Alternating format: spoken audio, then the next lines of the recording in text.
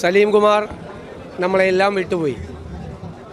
ഏത് സംഘർഷ നിർഭരമായ സാഹചര്യത്തിലും ഏത് മലയാളിയെയും അവൻ്റെ സാധാരണ നിലയിലേക്ക് മടങ്ങിയെത്തിക്കാൻ കഴിവുള്ള നർമ്മബോധത്തിനും ഉടമയായിരുന്നു സി സലീം കുമാർ. മലയാളിയെ സംബന്ധിച്ചിടത്തോളം അവൻ്റെ വീടുകളിൽ, ഗ്രഹസദസ്സുകളിൽ എപ്പോഴും അവരെ സന്തോഷം നിർഭരമാക്കുന്ന ഒരു മുഖമായിരുന്നു സലീം കുമാർ. എന്നാൽ താനൊരു ഹാസ്യ നടൻ മാത്രമല്ല, അതിനേക്കാൾ വലിയൊരു നടൻ കൂടിയാണ് എന്ന് അദ്ദേഹം ആദമിൻ്റെ മകൻ അബുവിലൂടെ തെളിയിച്ച് ദേശീയ അവാർഡ് നേടി നമ്മുടെ എല്ലാം അഭിമാനം ഉയർത്തിപ്പിടിച്ചു.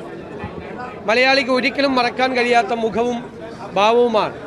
നമുക്കറിയാം, നമ്മുടെ സാമൂഹ്യ മാധ്യമങ്ങൾ വന്നതിന് ശേഷം സാമൂഹ്യ മാധ്യമങ്ങളിലെ നിറം ചാർത്തിയ തമാശകളുടെ എല്ലാം കൂടെ സലീം കുമാറിൻ്റെ തമാശ കൂടി ചേർത്തിട്ടാണ് ചെയ്യുന്നത്.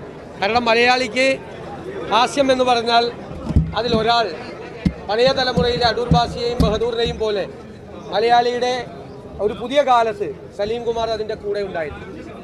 എനിക്ക് വ്യക്തിപരമായ നഷ്ടമെന്ന് പറയുന്നത്, എനിക്കൊരു സഹോദര തുല്യനായ ഒരാളെയാണ് അക്ഷരാർത്ഥത്തിൽ നഷ്ടപ്പെട്ടിരിക്കുന്നത്.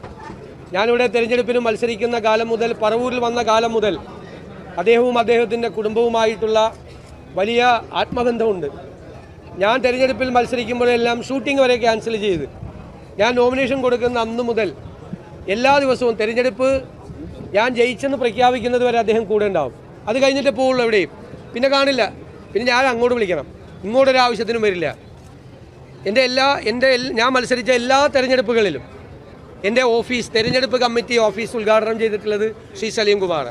അവസാനമാകുമ്പോൾ പറയും എൻ്റെ അവകാശമാണെന്ന് പറയും. ഞാൻ പറയും, ഞാൻ വേറെ ആരെയും വിളിക്കില്ല, സലീമിനെ മാത്രമേ വിളിക്കുള്ളൂ എന്ന് പറയും. അത്രമാത്രം നല്ല ഉറച്ച രാഷ്ട്രീയ ബോധ്യം, ഏത് തിളച്ചുമറിഞ്ഞ കാലാവസ്ഥയിലും തൻ്റെ ഉറച്ച രാഷ്ട്രീയ ബോധ്യത്തിന് ഒട്ടും വെള്ളം ചേർക്കാത്ത ഒരാൾ കൂടിയാണ് എൻ്റെ സ്നേഹിതനെന്ന് എനിക്ക് അഭിമാനമുണ്ട്.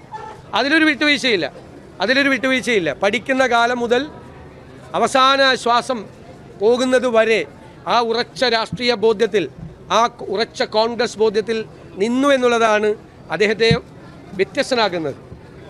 ഏറ്റവും അവസാനം പങ്കെടുത്ത പരിപാടി ഞാൻ മുഖ്യമന്ത്രിയായി സത്യപ്രതിജ്ഞ ചെയ്തതിന് ശേഷം പറവൂരിലെ പൗരാവലി എനിക്ക് നൽകിയ സ്വീകരണത്തിനാണ്. അതിനു മുമ്പ് ഞാൻ പങ്കെടുക്കുന്നത് കൺവെൻഷനിലും തെരഞ്ഞെടുപ്പ് കാലത്ത് എല്ലായിടത്തും ഉണ്ടായിരുന്നു. തെരഞ്ഞെടുപ്പ് വന്നാൽ എൻ്റെ വീട്ടിലോ തെരഞ്ഞെടുപ്പ് കമ്മിറ്റി ഓഫീസിലോ ഉണ്ടാവും. അത്രമാത്രം ഹൃദയബന്ധമാണ്.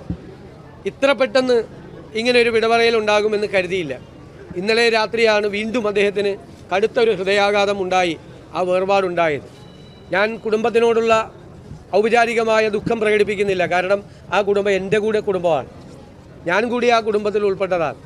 അവരെ എല്ലാവരെയും ഞാൻ ചേർത്ത് നിർത്തും, ഞങ്ങളെല്ലാവരും ചേർത്ത് നിർത്തും. ഒരു കാര്യമില്ല, ഇവിടെ എല്ലാവർക്കും ഉണ്ടായ പ്രയാസത്തിൽ, ദുഃഖത്തിൽ ഞാൻ പങ്കുചേരും.